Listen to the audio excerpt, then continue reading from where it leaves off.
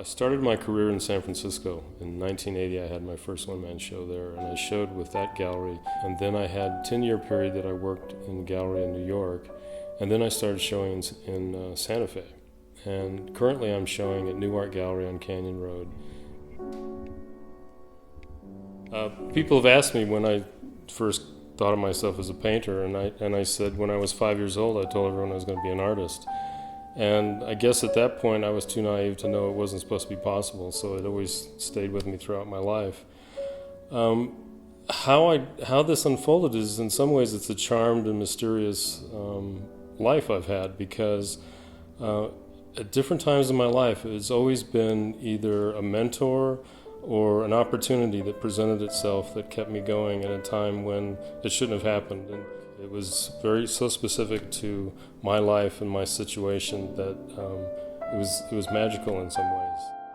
Primarily what I do is, for panel painting, is egg tempera painting, which is an early Renaissance technique. And for me, I guess I started using egg tempera because I liked the look of the early Renaissance painting. And more than anything, it's almost like drawing. It's the closest thing to drawing in paint. It's always hard to describe the kind of work I do, because it's even though it's grounded in classical painting techniques and my work is very deliberate and defined, I don't see myself either as a solely classical painter or a just entirely contemporary painter. I'm sort of a blending of the two. The way I work, and there's a crossover actually both in the painting, drawings, and sculpture, is everything is sort of delineated. Everything is cross-hatched in some ways, and even in the carving, I have a way of sort of chipping away the same way that I do when I'm painting or drawing. Sort of predecessors of what I do are called magic realists, and they were people in the 40s and 50s that worked in this technique. But also my influences tend to be early Renaissance painting.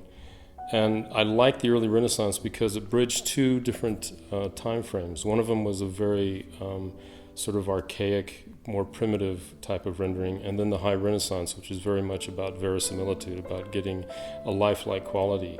And so there was this sort of a very sort of magical interior sort of life, and then this very realized external life.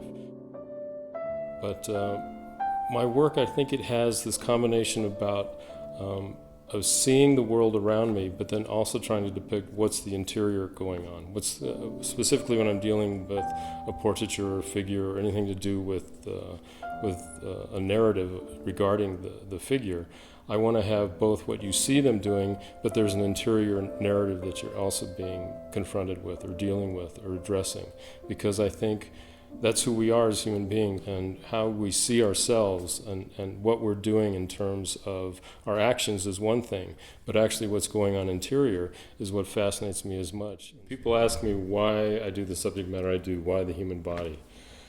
And it's like, to me, it's like that is the ultimate subject matter.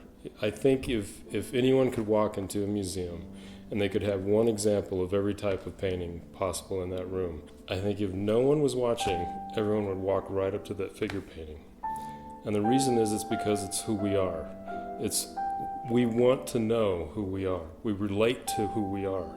And so the figure is the most direct message about who we are that you can possibly address. If you get a limb of a tree off, everyone will accept it. If you get a limb on a body off, and believe me, it does it. It makes you uncomfortable. You know when something's right. You can feel it because you can feel your body. And when you see a figure that's well done, you feel it in your body. And it's the subject that I love to do, and it's the thing that I come back to time after time after time. You know, when I first started dealing with the human figure, I was inventing almost all the figures, because I didn't have the space or the money to hire models. And I thought of it more in terms of trying to do metaphorical paintings of the human condition. And it was always looking outside, looking at the sort of ironic or satirical things that we do that sort of depict who we are as human beings. Then I became more interested in the idea of, for instance, in the Shunga series, where I would juxtapose a very sort of flat patterned representation of the world with a three-dimensional representation of the figure. And in that way, I was dealing with the idea of what's real and what's interior, what's imagined. By combining those two, I was dealing with that same issue of the external world and the interior world.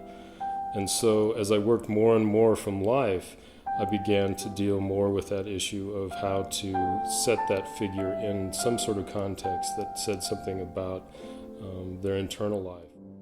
I would have a concept in my mind. I'd have an idea of what I wanted this piece to be. Like I wanted this model to show up and be Botticelli's Birth of Venus. And then they'd show up and it didn't work. They didn't look like it. Their body didn't work for it. They couldn't figure out how to get that pose, and I couldn't get it to happen. And so I began to realize that this was actually something that I had to be open to, who it was I was working with, what they brought to the dynamic, and actually adjusting what I was doing, or actually, co-creating with them to make something happen that we both actually participated in. I think one of the most difficult things for an artist to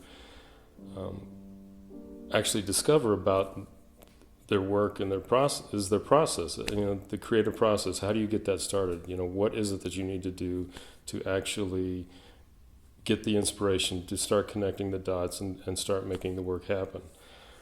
What I found for me was it always comes back to drawing from life. It always comes back to working with the model.